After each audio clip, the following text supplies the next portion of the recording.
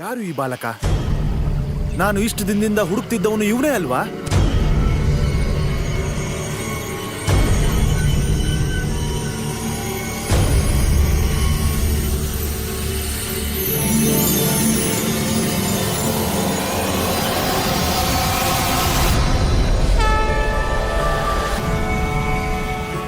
ಸುದರ್ಶನ ಚಕ್ರ?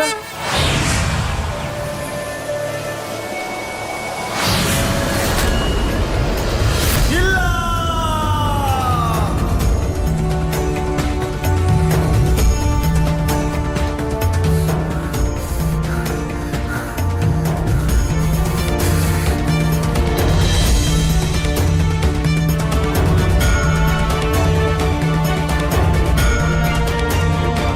ಎಲ್ಲಿಗೆ ಬಂದಿದ್ದೀನಿ ನಾನು? ನನ್ನ ಸುತ್ತಲೂ ಹೊಳಿತಾ ಇರುವಂತ ಈ ಬೆಳಕು ಯಾವುದು? ನನಗೇನು ಕಾಣಿಸ್ತಿಲ್ಲ. ಎಲ್ಲಿದ್ದೀನಿ ನಾನು?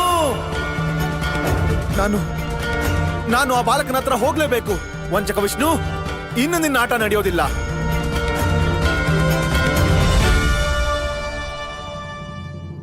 ಹೇ ಕಾಳಿಂದಿ, ಕೊಲ್ಲ ಬಾಲಕರು ಮತ್ತು ಹಸುಗಳನ್ನ ಕಾಪಾಡೋಕೆ ಈಗ ಒಂದೇ ದಾರಿ ಇರೋದು. ನಿನ್ನ ನೀರನ್ನ ಈಗ ನಾನು ಆವಿಯಾಗಿ ಮಾಡ್ಲೇಬೇಕು.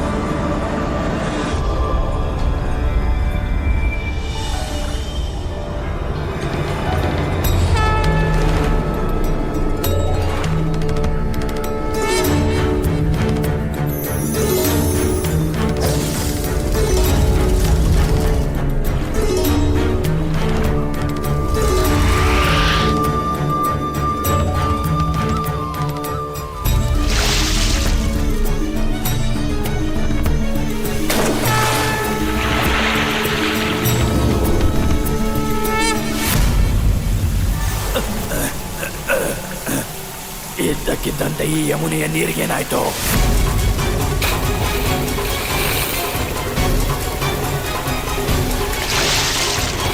ನಾನು ನನ್ನ ಇಚ್ಛೆಗೆ ವಿರುದ್ಧವಾಗಿ ನೀರಿಂದ ಹೇಗೆ ಹೊರಗೆ ಬಂದೆ?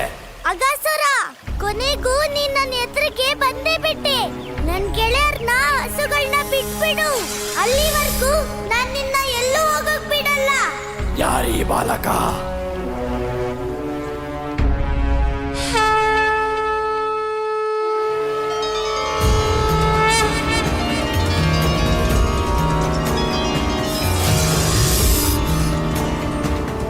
ನಾರಾಯಣ, ನಾನಿದೇನ್ ನೋಡ್ತಾ ಇದ್ದೀನಿ?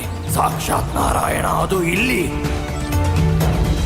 ನಾನಿಲ್ಲಿಂದ ತಪ್ಪಿಸ್ಕೋಬೇಕು, ಇಲ್ಲ ಅಂದ್ರೆ ಈ ಮಾಯಾವಿ ಕೈಯಿಂದ ನನ್ನ ಸಾವು ನಿಶ್ಚಿತ.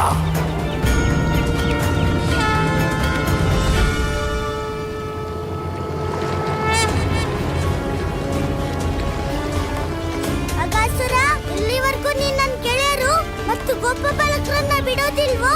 ಅಲ್ಲಿವರೆಗೂ ನೀನ್ ಇಲ್ಲಿಂದ ಹೋಗೋ ಹಾಗಿಲ್ಲ. ಗುರುದೇವ, ಏನ್ ಹೇಳ್ತಿದ್ದೀರಾ ನೀವು? ರಾಹು ನಂದರಾಜರ ವೇಷದಲ್ಲ. ಇದೇ ಸತ್ಯ ಯಶೋದೆ. ನಂದನ ವೇಷದಲ್ಲಿ ರಾಹುವೇ ಇಲ್ಲಿ ವಾಸಿಸುತ್ತಿದ್ದ. ಅವನ ಕೆಟ್ಟ ದೃಷ್ಟಿಯ ಕಾರಣವೇ ವೃಜವಾಸಿಗಳು ಈ ಕೆಟ್ಟ ಸ್ಥಿತಿಗೆ ತಲುಪಿದ್ದರು. ಆದ್ರೆ ಗುರುದೇವ, ರಾಹು ನಂದರಾಜರ ವೇಷದಲ್ಲಿದ್ರೆ ಮತ್ತೀಗ ನಮ್ಮ ನಂದರಾಜ ಎಲ್ಲಿ? ಅವ್ರ ಜೀವಕ್ಕೇನಾದ್ರೂ ಅಪಾಯ ಇದೆಯಾ? ಚಿಂತಿಸಬೇಡ ನಂದರಾಣಿ, ನಂದ ಖಂಡಿತ ಸುರಕ್ಷಿತವಾಗಿದ್ದಾನೆ. ಮಾಯೆಯ ಮೂಲಕ ಒಬ್ಬ ವ್ಯಕ್ತಿಯ ರೂಪವನ್ನು ಸ್ವತಃ ಆ ವ್ಯಕ್ತಿ ಜೀವಂತವಿದ್ದಾಗ ಮಾತ್ರ ಧರಿಸಬಹುದು. ಇದರ ಅರ್ಥ ಏನಂದ್ರೆ ಗೆಳೆಯ ನಂದನ ರಾಹು ಖಂಡಿತವಾಗ್ಲೂ ಎಲ್ಲೋ ಬಂದಿ ಮಾಡಿಟ್ಟಿದ್ದಾನೆ ಅನ್ಸುತ್ತೆ. ಹೌದು ವೃಷಭಾನು. ರಾಹು ಇಲ್ಲಿಂದ ಹೊರಗೆ ಹೋಗುವ ಮೊದಲು ಅವನನ್ನು ವೃಜಮಂಡಲದ ಸೀಮೆಯಲ್ಲೇ ಬಂಧಿಸಬೇಕು. ಆದ್ರೆ ಗುರುದೇವ, ರಾಹು ಬಹಳ ಶಕ್ತಿಶಾಲಿ, ಮತ್ ನಾವು ಕೇವಲ ಮನುಷ್ಯರು. ನಂದರಾಣಿ, ಅವನು ರಾಹುವಾಗಿರುವುದೇ ಒಳ್ಳೆಯ ವಿಷಯ. ಅವನು ಎಷ್ಟೇ ಶಕ್ತಿಶಾಲಿ ಆಗಿರಲಿ, ಆದರೆ ರಾಮಭಕ್ತ ಹನುಮಂತನ ಸಮ್ಮುಖ ಅವನು ನಿರ್ಬಲರಿಗಿಂತಲೂ ಅಧಿಕ ನಿರ್ಬಲನು. ರಾಮಭಕ್ತ ಹನುಮಂತ? ಹೌದು. ರಾಮಭಕ್ತ ಹನುಮಂತನಿಗೆ ವರದಾನವಿದೆ. ಚಂದ್ರ ಮತ್ತು ಸೂರ್ಯರನ್ನು ನುಂಗುವ ರಾಹುವನ್ನು ಕೇವಲ ರುದ್ರಾವತಾರ ಹನುಮಂತನೇ ಶಿಕ್ಷಿಸಲು ಸಾಧ್ಯವಿದೆ. ಆದ್ರೆ ಗುರುದೇವ, ನಾವಿದನ್ನ ಹೇಗ್ ಮಾಡೋದು? ನಂದರಾಣಿ, ನೀನು ನಿತ್ಯ ಹಣೆಯನ್ನು ಸಿಂಗರಿಸುವ ಸಿಂಧೂರವನ್ನು ತೆಗೆದುಕೊಂಡು ಬಾ.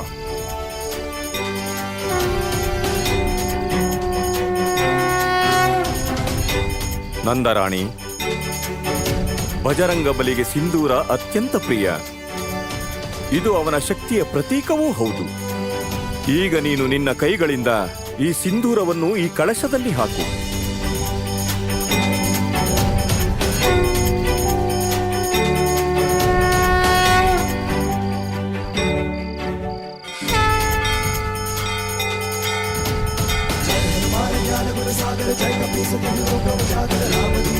ಓಂ ನಮೋ ಭಗವತೆ ವಾಸುದೇವಾಯ ನಮಃ.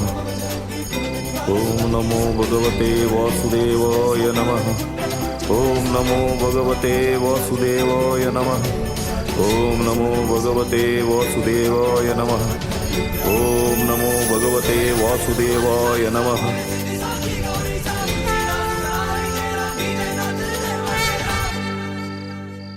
ನಂದರಾಣಿ, ಈಗ ಈ ಜಲ ರುದ್ರಾವತಾರ ಹನುಮಂತನ ಶಕ್ತಿಯಿಂದ ಅಭಿಮಂತ್ರಿತವಾಗಿದೆ. ಈಗ ರಾಹುವನ್ನು ಬಂಧಿಸಲು ನೀನು ಈ ಅಭಿಮಂತ್ರಿತ ಜಲದಿಂದ ಬ್ರಜಮಂಡಲದ 4 ದಿಕ್ಕಿನ ಸೀಮೆಗಳಿಗೆ ಸಿಂಪಡಿಸಬೇಕು. ನಿನ್ನ ಪತಿಯ ಪ್ರಾಣ ಕಾಪಾಡಿಕೊಳ್ಳಲು ಬ್ರಜಮಂಡಲದ 84 ಹರದಾರಿಯ ಪರಿಕ್ರಮಣೆ ಮಾಡಬೇಕಾಗುತ್ತದೆ.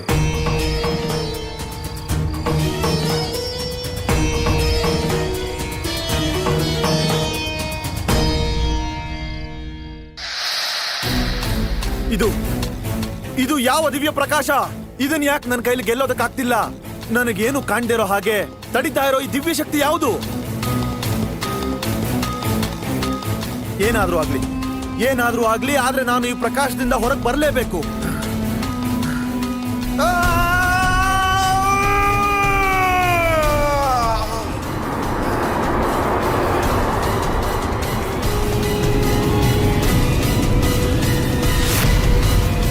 ಅದೇ ಯಮುನೆಯ ದಂಡೆ ಅಂದ್ರೆ ನಾನು ಬೇರೆಲ್ಲೋ ಅಲ್ಲ, ಇಲ್ಲೇ ಇದ್ದೆ, ಇದೇ ಯಮುನೆಯ ತೀರದಲ್ಲಿ. ಆದ್ರೆ ಆ ಬಾಲಕ ಎಲ್ಲಿಗೆ ಹೋದ? ನನ್ನ ಕೈಯಿಂದ ಅವನು ತಪ್ಪಿಸ್ಕೊಳಕ್ಕಾಗಲ್ಲ. ನಾನು ಅವನ ಖಂಡಿತ ಹುಡುಕ್ತೀನಿ.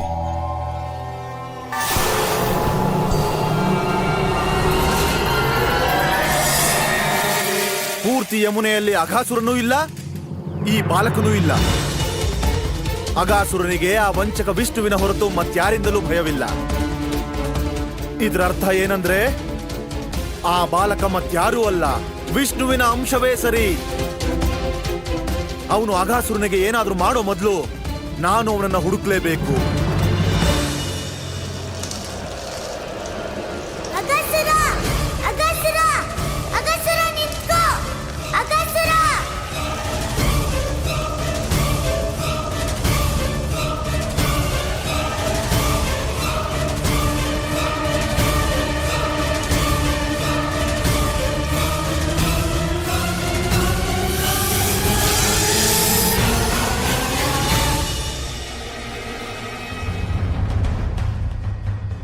ಅಗಾಸುರ ಮಥುರೆಗೆ ಯಾಕೆ ಹೋಗ್ತಿದ್ದಾನೆ? ಈ ಅಗಾಸುರ ಮಥುರೆಗೆ ಹೋಗೋಕ್ಕೂ ಮೊದ್ಲು ನಾನು ಇವನ್ನ ತಡಿಲೇಬೇಕು. ಇಲ್ದಿದ್ರೆ ನನ್ನ ಗೆಳೆಯರ್ನ ಯಾವತ್ತೂ ಇವನಿಂದ ಕಾಪಾಡೋಕೆ ಆಗೋದಿಲ್ಲ. ವಿಷ್ಣುವಿನ ಈ ಮಾಯೆಯಿಂದ ಭಗವಂತ ಕಂಸ ಮಾತ್ರ ನನ್ನನ್ನು ಕಾಪಾಡೋಕೆ ಸಾಧ್ಯ. ಇವನು ನನ್ನ ತಲುಪೋ ಮೊದಲೇ ನಾನು ಮಥುರೆನ ಸೇರ್ಕೋಬೇಕು. ಕೃಷ್ಣ ಕಾಪಾಡು. ಹೀಗ್ ನಂಗೆ ಉಸಿರಾಡೋದಿಕ್ಕೂ ಆಗ್ತಾ ಇಲ್ಲ. ಗೆಳೆಯ ದಾಮ, ನನ್ಗನ್ಸುತ್ತೆ ನಾವ್ ಬದುಕೋದಿಲ್ಲ ಅಂತ. ಕೃಷ್ಣ, ನಮ್ಮನ್ನ ಇಲ್ಲಿಂದ ಕಾಪಾಡು ಕೃಷ್ಣ. ಇಲ್ಲಾಂದ್ರೆ ನಮ್ಮ ಸಾವು ಖಂಡಿತವಾಗ್ಲೂ ಆಗುತ್ತೆ ಕೃಷ್ಣ. ನಮ್ಮನ್ನ ಇಲ್ಲಿಂದ ಕಾಪಾಡು ಕೃಷ್ಣ.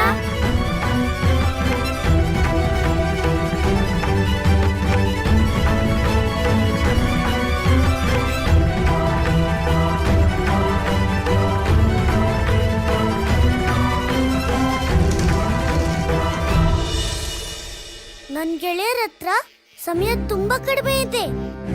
ಬೇಗ ನಾನು ಏನಾದ್ರೂ ಮಾಡ್ಲೇಬೇಕು. ಈ ಅಗಸುರನ್ ತಡೆಯಕ್ಕೆ ಒಂದೇ ದಾರಿ ಇದೆ. ನಾನು ಉತ್ತರ ದಿಕ್ಕಿನಲ್ಲಿ ಹೋಗ್ಬೇಕು.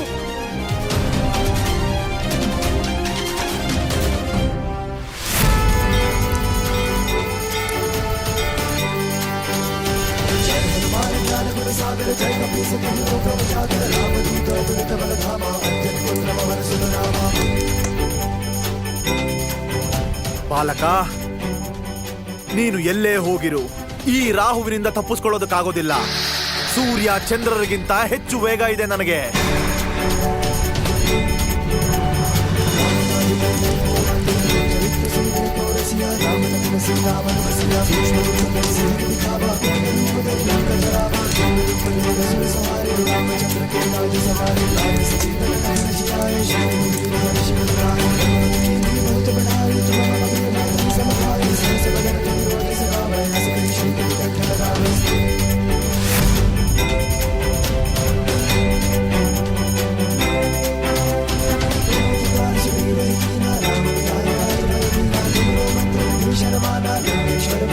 ನಾನ್ ಪೂರ್ತಿ ಕಾಡನ್ನ ಹುಡುಕಿದ್ದೀನಿ.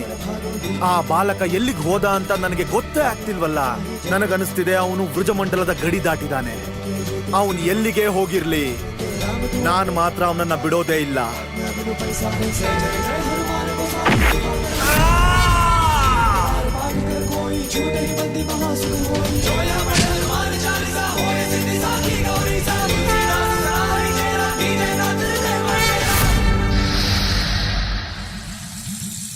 ಯಾರದು?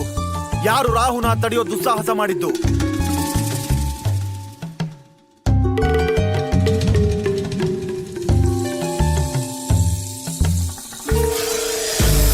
ಮಧುರೆಯ ಸೇತುವೆ ಇನ್ನೇನು ಕೆಲವೇ ಕ್ಷಣಗಳಲ್ಲಿ ಸಿಕ್ಬಿಡುತ್ತೆ. ಅದನ್ನ ದಾಟಿದ್ರೆ ನಾನು ಸುರಕ್ಷಿತ ಮತ್ತು ವ್ರಜಮಂಡಲದ ಬಾಲಕರು ಹಸುಗಳು ದಿವಂಗತ.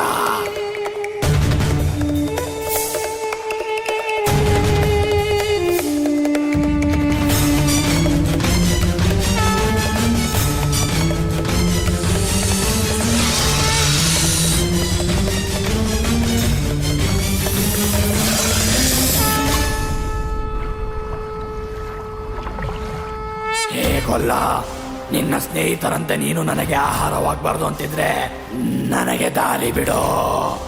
ಅಗಸುರ, ನಾನ್ ನಿನ್ಗೋಸ್ಕರ ಅಲ್ಲ, ನಾನ್ ನನ್ ಗೆಳೆಯರ್ಗೋಸ್ಕರ ನಿನ್ ದಾರಿ ತಗ್ದಿದ್ದೀನಿ. ನೀನ್ ನನ್ ಗೆಳೆಯರ್ನ ಬಿಟ್ಬಿಡು. ಆಮೇಲೆ ನೀನ್ ಎಲ್ಲಿಗ್ ಬೇಕಾದ್ರೂ ಹೋಗು.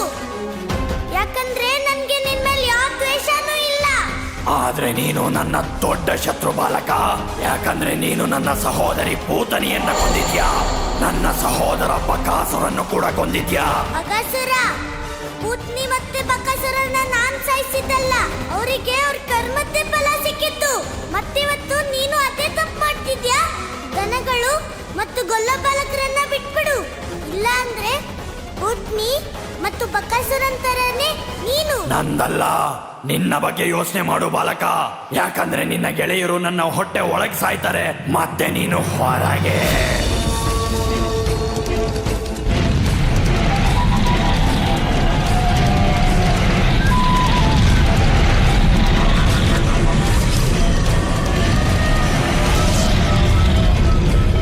ನನ್ ಗೆಳೆಯರ್ನ ಕಾಪಾಡೋಕೆ ನಾನು ಅಗಸುರನ್ ಹೊಟ್ಟೆ ಒಳಗಡೆ ಹೋಗ್ಲೇಬೇಕು.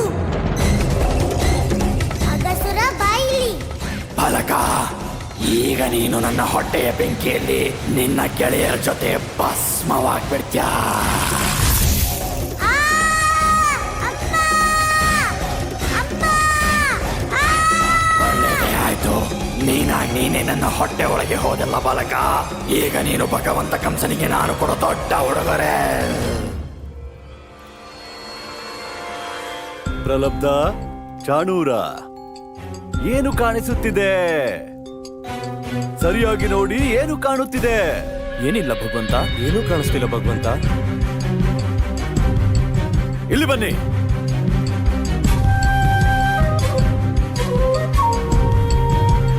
ಏನು ಕಾಣಿಸುತ್ತಿದೆ?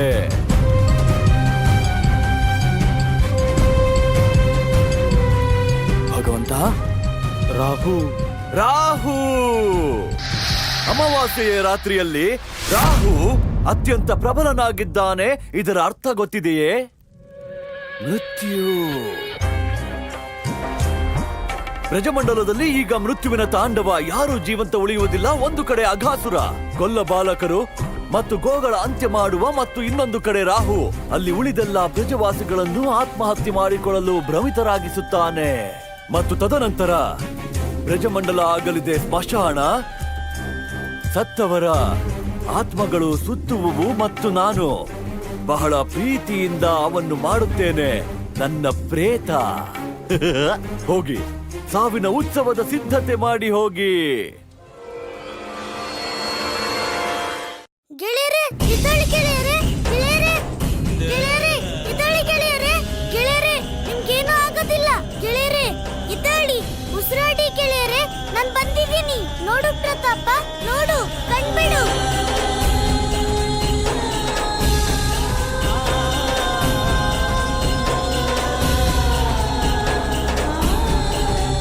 ಗೋಮತೆ ಇದ್ದೇಳಿ, ಗೋಮತೆ ಇದ್ದೇಳಿ.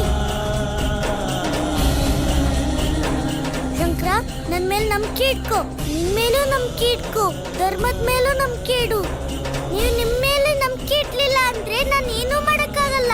ಗೆಳೆಯರೇ ಕಣ್ಬೇಡಿ ಗೆಳೆಯರೇ.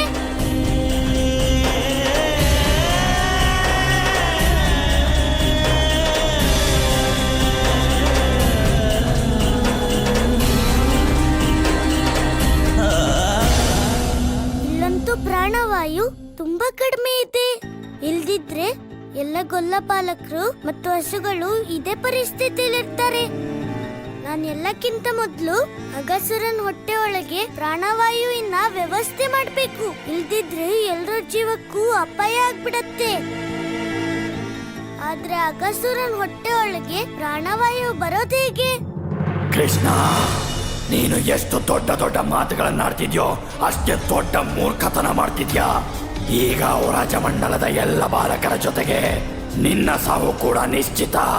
ನಿನ್ನ ಸಾವಿನೊಂದಿಗೆ ನನ್ನ ಪ್ರತೀಕಾರನೂ ತೀರುತ್ತೆ.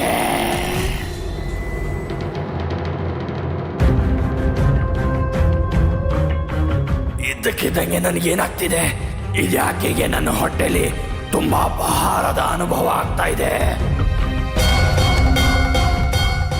ಈ ಭಾರದಿಂದ ನನಗೆ ಮುಂದೆ ಹೋಗೋಕೆ ಆಗ್ತಾ ಇಲ್ಲ. ಇದ್ಯಾವ ಮಾಯೆ? ನಾರಾಯಣ ನಾರಾಯಣ. ಪ್ರಭು, ಯಾರ ಉದರದಲ್ಲಿ ಸಂಪೂರ್ಣ ಸೃಷ್ಟಿಯ ಭಾರವನ್ನು ಹೊತ್ತಿರುವಂತಹ ನಾರಾಯಣನೇ ಇದ್ದಾನೋ ಅವನು ಈ ಅವತಾರಿಯ ಭಾರವನ್ನು ಸಹಿಸುವುದಾದರೂ ಹೇಗೆ? ಆದರೂ ಅಜ್ಞಾನಿ ಅಘಾಸುರ ಈ ಚಿಕ್ಕ ವಿಷಯವನ್ನು ಅರಿಯನಲ್ಲ ಪ್ರಭು. ದೇವರ್ಷಿ, ಭಕ್ತರ ಪಾಲಿಗೆ ನಾನು ಭಾರರಹಿತ. ಆದರೆ ಅಧರ್ಮಿಗಳಿಗೆ ನಾನು ಬ್ರಹ್ಮಾಂಡಕ್ಕಿಂತಲೂ ಅಧಿಕ ಭಾರ. ಅಗಾಸುರನ ತಪ್ಪು ಇದು ದೇವರ್ಷಿ. ಅವನು ನನ್ನನ್ನು ದ್ವೇಷದಿಂದ ಧರಿಸಿಕೊಂಡ. ಅನ್ಯತಾ ನಾನು ಕೇವಲ ಭಾವಕ್ಕೆ ಅರ್ಪಿತ ದೇವರ್ಷಿ. ಅಗಾಸುರನು ಈಗಲೂ ನನ್ನನ್ನು ಪೂರ್ಣ ಭಕ್ತಿ ಮತ್ತು ಶ್ರದ್ಧೆಯಿಂದ ಸ್ವೀಕಾರ ಮಾಡಿದರೆ ಅವನಿಗೂ ಕೂಡ ನಾನು ತುಳಸಿ ದಳದ ಸಮಾನ ಭಾರರಹಿತವಾಗುತ್ತೇನೆ. ಸತ್ಯವಚನ ಪ್ರಭು, ಸತ್ಯವಚನ. ಅಗಸುರನ್ ಹೊಟ್ಟೆಲಿ ಪ್ರಾಣವಾಯು ತರಕ್ಕೆ ಇರೋದು ಒಂದೇ ದಾರಿ. ನಾನು ಅವನ್ ಬಾಯಿನ ತೆರೆಸ್ಬೇಕು. ಅಗಸುರ, ನಿನ್ ಶತ್ರುತ್ವ ನನ್ ಜೊತೆಗೆ. ಇದ್ರಲ್ಲಿ ನನ್ ಗೆಳೆಯರ್ದೇನ್ ತಪ್ಪು? ನಿನ್ ಬಾಯಿ ತೆಗಿ ಅಗಸುರ. ಈಗ ನನ್ ಗೆಳೆಯರು ಉಸಿರಾಡ್ಬೇಕು. ಕೃಷ್ಣ, ನಿನ್ನ ಗೆಳೆಯರ ತಪ್ಪು ಅಂದ್ರೆ ಅವ್ರಿಗೆ ನಿನ್ನಲ್ಲಿರೋ ಪ್ರೀತಿ. ಹೇಗೆ ನಾನು ಪೂತನಿ ಮತ್ತೆ ಬಕಾಸುರನ ಸಾವನ್ನು ನೋಡಿದ್ನೋ ಹಾಗೆ ನೀನು ನಿನ್ನ ಪ್ರಿಯ ಗೆಳೆಯರ ಸಾವಿಗೆ ಸಾಕ್ಷಿಯಾಗಬೇಕು ಗೊಲ್ಲ. ಇವನು ತನ್ನ ತಂಗಿ ಪೂತನಿ ಮತ್ತು ತನ್ನ ಅಣ್ಣ ಬಕಾಸುರನಾಗೆ ಹಠ ಮಾಡ್ತಿದ್ದಾನೆ. ಸಮಾಧಾನವಾಗಿ ಹೇಳಿದ್ರೆ ಕೇಳೋನಲ್ಲ. ನಾನು ನನ್ನ ಗೆಳೆಯ ಪ್ರಾಣ ಕಾಪಾಡೋಕೆ ಬೇರೆದೇ ದಾರಿ ಹುಡುಕ್ಬೇಕೀಗ. ಎಲ್ಲವೂ ಇದೇ ಕ್ಷಣ ಆಗಲಿದೆ. ಬ್ರಜಮಂಡಲದಲ್ಲಿ ಉತ್ಸವ, ಮೃತ್ಯುವಿನ ಉತ್ಸವ, ಮತ್ತು ಮಥುರೆಯಲ್ಲಿ ಇನ್ನು ಆನಂದ ಮತ್ತು ಪ್ರಸನ್ನತೆಯ ಮಹಾ ಉತ್ಸವ.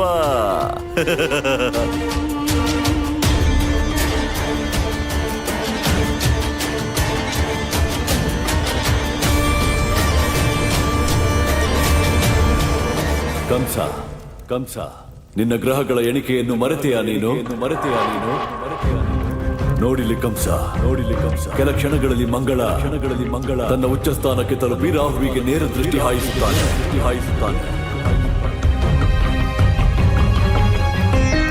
ಇದರ ಅರ್ಥ ಗೊತ್ತೇನು ಕಂಸ ಇದರ ಅರ್ಥ ನಿನ್ನ ರಾಹುವಿಗೆ ಅಪಾಯ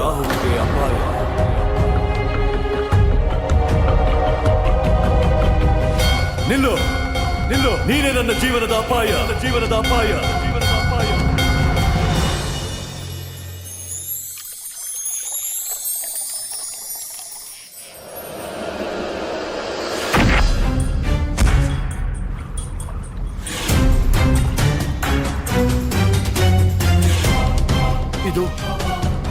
ಇದೇನಾಗ್ತಿದೆ ನನಗೆ ಬ್ರಜಮಂಡಲದ ಗಡಿ ಯಾಕೆ ದಾಟಕ್ಕಾಗ್ತಿಲ್ಲ? ಯಾವ ಶಕ್ತಿ ಅದು ನನ್ನ ತಡಿತಿರೋದು?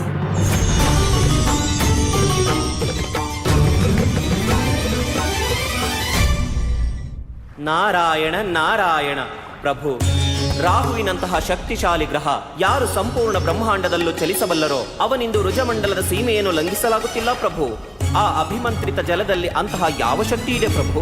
ಇದು ಪ್ರೇಮದ ಶಕ್ತಿ ದೇವರ್ಷಿ. ಪ್ರೇಮದ ಶಕ್ತಿ? ನಿಮಗೆ ಗೊತ್ತಲ್ಲವೇ ದೇವರ್ಷಿ, ನನ್ನ ಪರಮ ಭಕ್ತ ಹನುಮಂತನಿಗೆ ಸಿಂಧೂರ ಅತಿ ಪ್ರಿಯ. ಆದ್ದರಿಂದ ಯಾರು ಎಲ್ಲೇ ಆದರೂ ಪೂರ್ಣ ಭಕ್ತಿಯಿಂದ ಸಿಂಧೂರ ಅರ್ಪಣೆ ಮಾಡಿದರೆ ಅಲ್ಲಿ ಸಾಕ್ಷಾತ್ ಹನುಮಂತನ ವಾಸ ಸ್ವತಃ ಆಗುತ್ತದೆ. ದೇವರ್ಷಿ, ಯಶೋದೆ ಮಾತೆಯು ಸಿಂಧೂರದ ಜಲದ ಜೊತೆ ಬ್ರಜಮಂಡಲದ 84 ಕ್ರೋಶದ ಸೀಮೆಯನ್ನು ಪರಿಕ್ರಮಿಸಿದ್ದಾಳೆ.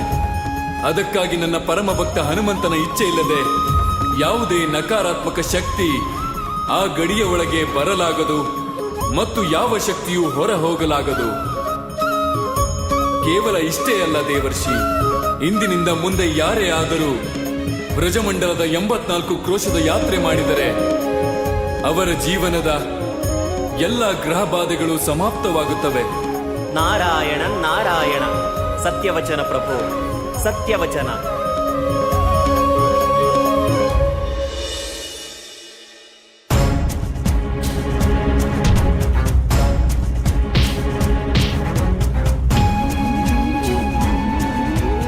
ನನ್ನ ಏಟಿಂದ ಅಗಸುರಂಗ್ ಯಾವ ಪರಿಣಾಮನೂ ಆಗ್ತಿಲ್ವಲ್ಲ?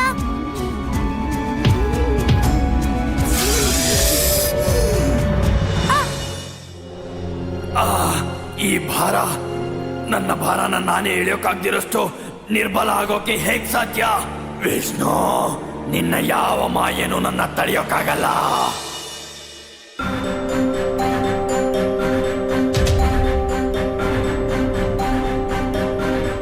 ಇದು ಗೋಮಾತೆದು ಕೊಂಬು.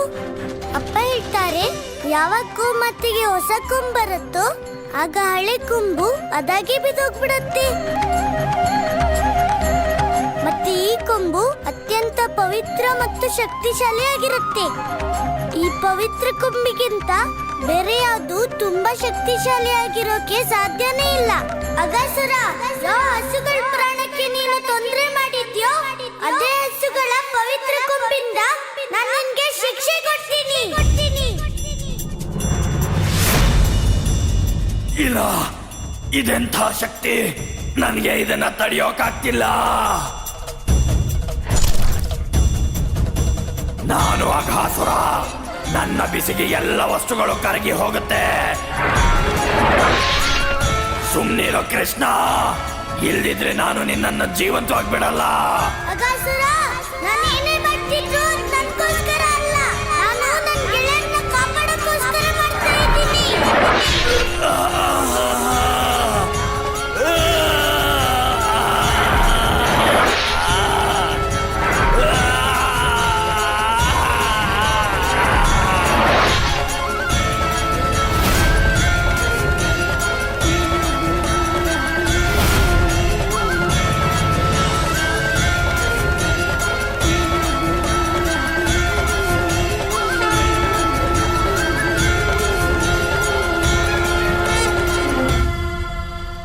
ಯಾರು ನೀನು? ಏಕೆ ನನ್ನ ಜೀವನದಲ್ಲಿ ಪದೇ ಪದೇ ಬರುತ್ತಿರುವೆ? ಏನು ಬಯಸುವೆ ನೀನು?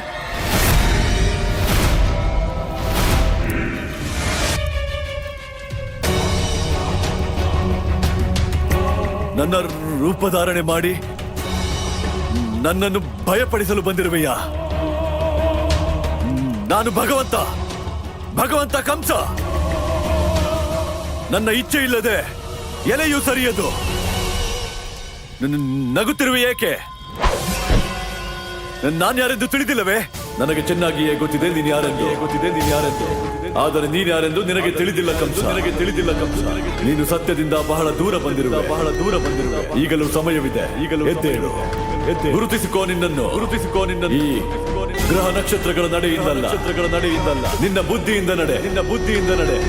ಯಾವ ರೀತಿ ಜನ್ಮಾಂತರದಿಂದ ಸಾಗುತ್ತಿರುವೆಯೋ. ನನ್ನ ಜನ್ಮಾಂತರದ ಸತ್ಯ ಹೇಳುವವನೇ ನೀನು ಹೇಳು. ನಿನ್ನ ರಹಸ್ಯ ಏನು? ನೀನು ನಿನ್ನನ್ನೇ ಮರೆತಿರುವೆ. ಅದಕ್ಕಾಗಿ ನಾನು ನಿನಗೆ ರಹಸ್ಯವಾಗಿದ್ದೇನೆ. ಆದರೆ ಸತ್ಯವೂ ಇದೆ. ನಾನೇ ನಿನ್ನ ವಿಸ್ತಾರ.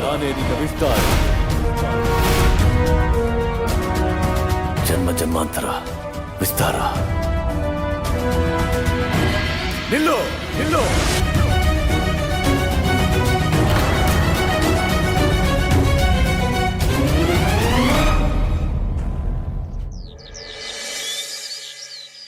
ಗೆಳೆಯರೇ, ನಿಮ್ಗೇನೂ ಆಗಿಲ್ಲ ಅಲ್ವಾ?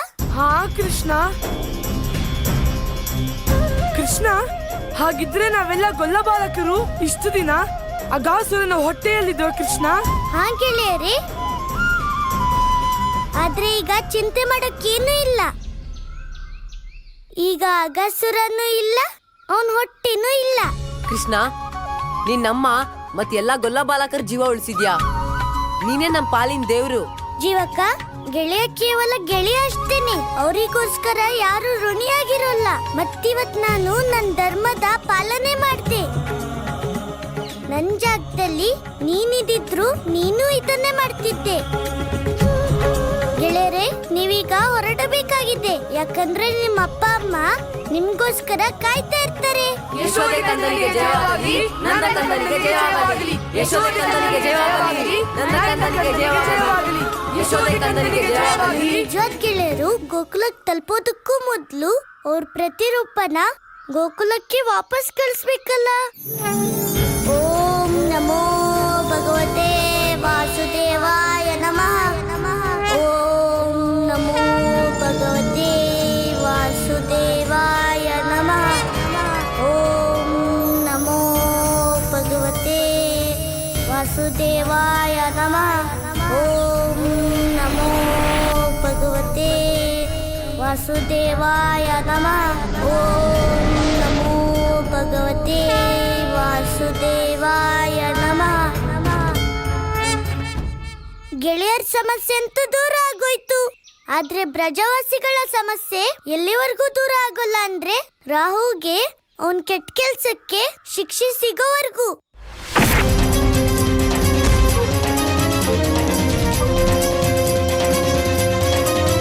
ಅದ್ಯಾರದು ನನ್ನ ತಡೆಯೋ ದುಸ್ಸಾಹಸ ಮಾಡ್ತಿರೋದು? ಅಭಿಮಂತ್ರಿತ ಜಲ ಅಂದ್ರೆ ಯಾರೋ ಇದ್ದಾರೆ. ನನ್ನ ಪ್ರೇಮ ಮತ್ತೆ ಭಕ್ತಿಯಿಂದ ತಡೆಯೋ ಪ್ರಯತ್ನ ಮಾಡ್ತಿದ್ದಾರೆ. ಈ ಅಭಿಮಂತ್ರಿತ ಜಲ ರಾಹುವನ್ನ ತಡಿಬಹುದು, ಆದ್ರೆ ನಂದನನ್ನಲ್ಲ.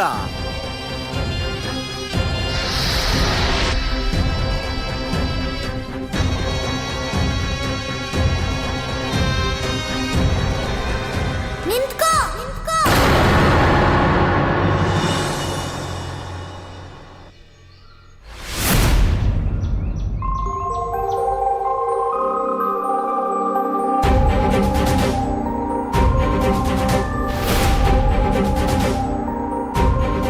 ಕೃಷ್ಣ, ನೀನು? ಹಾ ರಾಹು, ನಾನೇ ಕೃಷ್ಣ. ನಿನ್ನ ಭೇಟಿಯಂತೆ ಹೋಗ್ತಿದ್ದೆಲ್ಲ.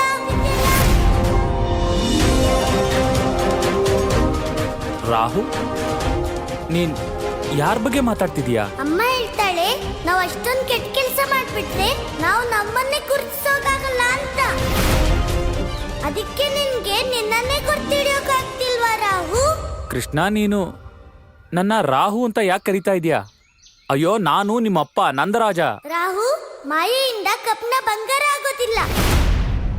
ನಿನ್ ನಿಜ ನನ್ಗೆ ಗೊತ್ತಾಗಿದೆ ರಾಹು. ನನ್ಗೆ ನಿನ್ ಮೇಲೆ ಮೊದ್ಲೇ ಸಂಶಯ ಬಂದಿತ್ತು. ನೀನ್ ಯಾವಾಗ ಗೋಕುಲ ಜನರು ಮತ್ ಬರ್ಸಾನ ಜನರ ಮಧ್ಯೆ ಹುಳಿ ಹಿಂಡೋ ಕೆಲಸ ಮಾಡ್ತಾಗ್ಲೆ. ನಮ್ಮ ಹಾಲು ಬೆಣ್ಣೆನ ಯಾರೇ ಕದ್ದಿರ್ಲಿ ಅವ್ರಿಗೆ ನಾವು ಶಿಕ್ಷೆ ಕೊಡ್ಲೇಬೇಕು. ನೀವು ನಮ್ಗೆ ಬರೀ ಅವ್ನ ಹೆಸರೇಳಿ ಸಾಕು. ಬರ್ಸಾನದವರೇ ಕದ್ದಿರೋದು. ಆದ್ರೆ ಗುರು ಗರ್ಗಾಚಾರ್ಯರಿಂದ ನಿನ್ ನಿಜವಾದ ರೂಪ ತಿಳಿದ ಮೇಲೆ ಈಗ ಸಂಶಯಕ್ಕೆ ಜಾಗನೇ ಉಳ್ತಿಲ್ಲ. ಗರ್ಗಾಚಾರ್ಯ ಎಲ್ಲಿಯವರೆಗೆ ಅಪರಾಧಿಗೆ ಅವನ ಅಪರಾಧದ ಶಿಕ್ಷೆಯಾಗುವುದಿಲ್ಲವೋ ಅಲ್ಲಿಯವರೆಗೆ ಈ ಸಮಸ್ಯೆ ಹೇಗೆ ಅಂತ್ಯವಾಗುತ್ತದೆ? ಇಲ್ಲಿವರೆಗೂ ಕೇವಲ ನಿನಗೆ ನನ್ನ ಬಗ್ಗೆ ಗೊತ್ತಿರೋದು, ರಾಹು ಬಗ್ಗೆ ಅಲ್ಲ. ನೀನೇನಾದ್ರೂ ರಾಹುನ ನೋಡಿದ್ರೆ ಆಗ ನಿಜವಾಗ್ಲೂ ಅಮ್ಮ ಅಮ್ಮ ಅಂತ ಅಳ್ತೀಯ.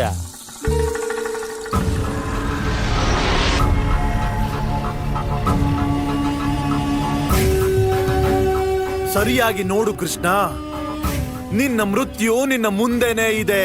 ರಾಹು, ಅಮ್ಮ ಹೇಳ್ತಾಳೆ ನೀನು ಸಾಯೋ ಭಯದಿಂದ ಕದ್ದು ಮುಚ್ಚಿ ನೀನು ದೇವತೆಗಳ ಸಭೆಗೋಗಿ ಅಮೃತ ಕುಡಿತಾ ಇದ್ದಂತೆ. ಹಾಗಿದ್ರು ನಿನ್ ತಲೆನೇ ಉಳಿಸ್ಕೊಳಕ್ಕಾಗಿಲ್ವಲ್ಲ. ಬಾಯ್ ಬಡ್ಕ ಬಾಲಕ. ಹೆದರಬೇಡ ರಾಹು, ನಾನ್ ನಿನ್ಗೇನು ಕೆಟ್ಟದ್ ಮಾಡೋದಿಲ್ಲ. ನೀನು ನನ್ಗೊಂದ್ ವಿಷಯ ಹೇಳು ಸಾಕು. ನನ್ನ ಅಪ್ಪ ಎಲ್ಲಿದ್ದಾರೆ? ನಿಮ್ಮಮ್ಮ ನಿನಗೆ ಎಲ್ಲಾನು ಹೇಳ್ತಾಳಲ್ವಾ? ಇದನ್ನು ಹೋಗಿ ನಿನ್ನ ಅಮ್ಮನ ಹತ್ರನೇ ಕೇಳ್ಕೊ, ನಿನ್ನಪ್ಪ ಎಲ್ಲಿ ಅಂತ.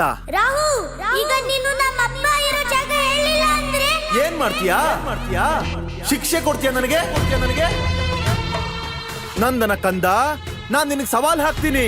ನಿನಗ್ ಧೈರ್ಯ ಇದ್ರೆ ನನ್ನೊಂದಿಗೆ ಯುದ್ಧ ಮಾಡು. ಅಮ್ಮ ಹೇಳ್ತಾಳೆ ನಾವು ನಮ್ ಶಕ್ತಿ ಬಗ್ಗೆ ಅಹಂಕಾರ ಪಡಕ್ ಹೋಗ್ಬಾರ್ದು.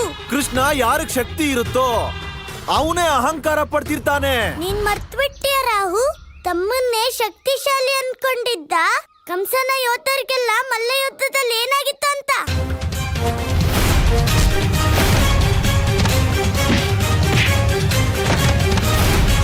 ಕೃಷ್ಣ, ನಾನು ಕಂಸನ ಸಾಮಾನ್ಯ ಶಕ್ತಿಯ ಯೋಧ ಅಲ್ಲ. ನನ್ನ ನೀನು ಮೋಸದಿಂದ ಗೆಲ್ಲೋದಕ್ಕಾಗಲ್ಲ. ರಾಹು ನಾನು, ರಾಹು. ನೀನು ನಿನ್ನ ತಂದೆಯ ಸತ್ಯ ತಿಳ್ಕೋಬೇಕಂದ್ರೆ ಮಾತಾಡ್ಬೇಡ. ನನ್ನ ಜೊತೆ ಯುದ್ಧ ಮಾಡು. ರಾಹು, ನೀನ್ ನನ್ನ ಅಪ್ಪನ ರೂಪ ಧರಿಸಿದ್ದೆ, ಅದಕ್ಕೆ ನಾನ್ ನಿನ್ಗೆ ಅಪ್ಪನ್ ಕೊಡೋ ಅಷ್ಟೇ ಗೌರವ ಕೊಡ್ತೀನಿ. ಅದಕ್ಕೆ ನಾನ್ ನಿನ್ ಜೊತೆ ಯುದ್ಧ ಮಾಡಕ್ಕಾಗಲ್ಲ. ಪ್ರೀತಿಯಿಂದ ಕೇಳ್ತಿದ್ದೀನಿ, ಹೇಳ್ಬಿಡು ನನ್ನ ಅಪ್ಪ ಎಲ್ಲಿದ್ದಾರೆ? ಕೃಷ್ಣ, ನೀನು ನಿನ್ನ ಭಯಕ್ಕೆ ಗೌರವದ ಆಭರಣ ತೊಡಸ್ತೀಯ.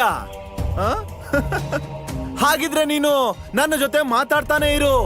ಅಲ್ಲಿ ನಿನ್ನ ತಂದೆಯ ಪ್ರಾಣ ಪಕ್ಷಿ ಹಾರಿ ಹೋಗುತ್ತೆ. ಪ್ರಭು, ರಾಹುವಿನ ಅಧರ್ಮವನ್ನು ಸಮಾಪ್ತಿಗೊಳಿಸಲು ಒಂದೇ ಮಾರ್ಗವಿದೆ, ಅವನನ್ನು ಶಿಕ್ಷಿಸುವುದು. ಆದರೂ ನೀವು ಅವನ ಸವಾಲನ್ನು ಸ್ವೀಕಾರವೇಕೆ ಮಾಡುತ್ತಿಲ್ಲ? ಹೌದು ಪ್ರಭು, ಉದ್ಧಟ ರಾಹು ಪರಮಪಿತ ಬ್ರಹ್ಮನ ಸಭೆಯಲ್ಲಿ ಸ್ಥಾನ ಪಡೆದ ನಂತರವೂ ದುಷ್ಟ ಕಾರ್ಯಗಳಲ್ಲಿ ತೊಡಗಿದವನು ಪ್ರಭು. ಅದಕ್ಕಾಗಿ ಅವನನ್ನು ಶಿಕ್ಷಿಸುವುದು ಅತಿ ಅವಶ್ಯಕ ಪ್ರಭು. ರಾಹುವಿಗೆ ಶಿಕ್ಷೆಯು ಅವಶ್ಯ ಸಿಗುವುದು, ಆದರೆ ನನ್ನ ಮೂಲಕ ಅಲ್ಲ. ಏಕೆಂದರೆ ಅಮೃತಪಾನದ ಹೊತ್ತಲ್ಲಿ ಅಂದು ನಾನು ಅವನ ಶಿರವನ್ನು ದೇಹದಿಂದ ಬೇರೆ ಮಾಡಿದಾಗ ನಾನು ಅವನಿಗೆ ವಚನವನ್ನು ನೀಡಿದ್ದೆ. ಭವಿಷ್ಯದಲ್ಲಿ ನಾನು ಎಂದಿಗೂ ಅವನ ಮೇಲೆ ಶಸ್ತ್ರ ಪ್ರಯೋಗಿಸುವುದಿಲ್ಲವೆಂದು. ಆದರೆ ಪ್ರಭು, ಈಗ ನೀವು ರಾಹುವಿಗೆ ಶಿಕ್ಷೆ ಕೊಡದಿದ್ದರೆ ಯಶೋದೆ ಪುತ್ರನಿಗೆ ಅವನ ತಂದೆ ನಂದನ ರಹಸ್ಯ ಹೇಗೆ ತಿಳಿಯುತ್ತದೆ?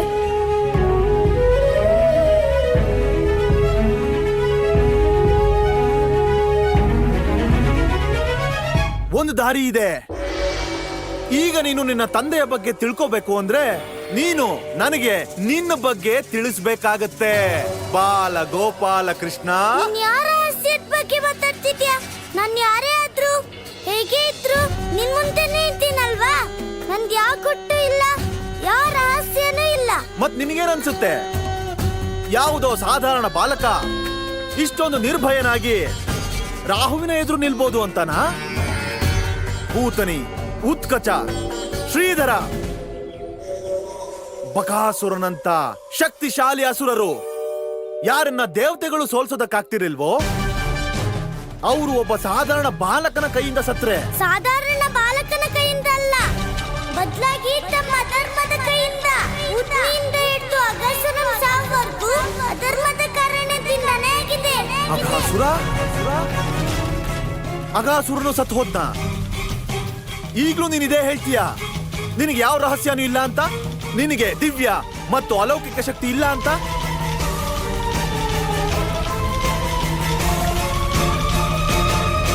ಹೇ ಕಣಕಣವಾಸಿ ಅವಿನಾಶಿ ಭಗವಂತ, ಅವಿನಾಶಿ ಅಲ್ಲ, ಅವಿಶ್ವಾಸಿ ಭಗವಂತ. ಯಾವ ಕಂಸನು ನಿನ್ನನ್ನು ಭಗವಂತ ಮಾಡಿದನೋ ನೀನು ಅವನಿಗೆ ಮೋಸ ಮಾಡಿದೆ.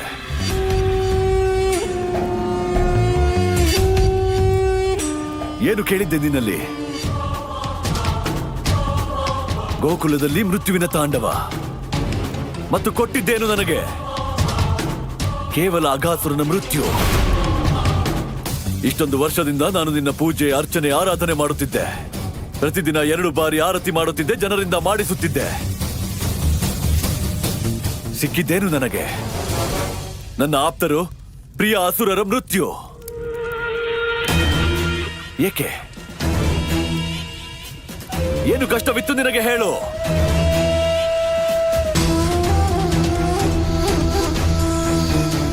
ಅರ್ಥವಾಯಿತು.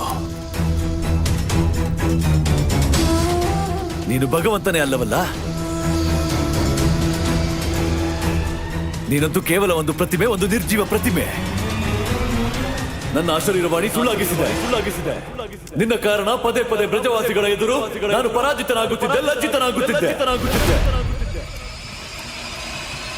ನೀನು ನನ್ನ ಭಗವಂತನಾಗಲಾಗದು.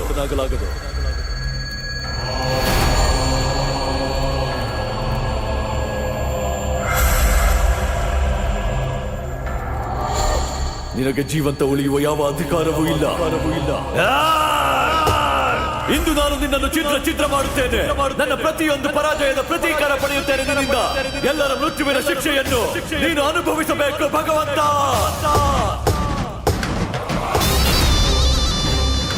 ಯಾರ ಪರಾಜಯವಾಗುವುದೋ ಅವನು ಪ್ರಭುವಾಗಲು ಸಾಧ್ಯವೇ ಇಲ್ಲ. ಕಂಸ ನೀನೇ ರಾಹು, ನಿನ್ಗೀಗ ಕೂಡ ಅನ್ನಿಸ್ತಿದ್ಯಾ ನನ್ಗೆ ಯಾವ್ದೋ ದಿವ್ಯ ಅಲೌಕಿಕ ಶಕ್ತಿ ಇದೆ ಅಂತ? ಹೇಳು, ನನ್ನ ಅಪ್ಪ ಎಲ್ಲಿದ್ದಾರೆ?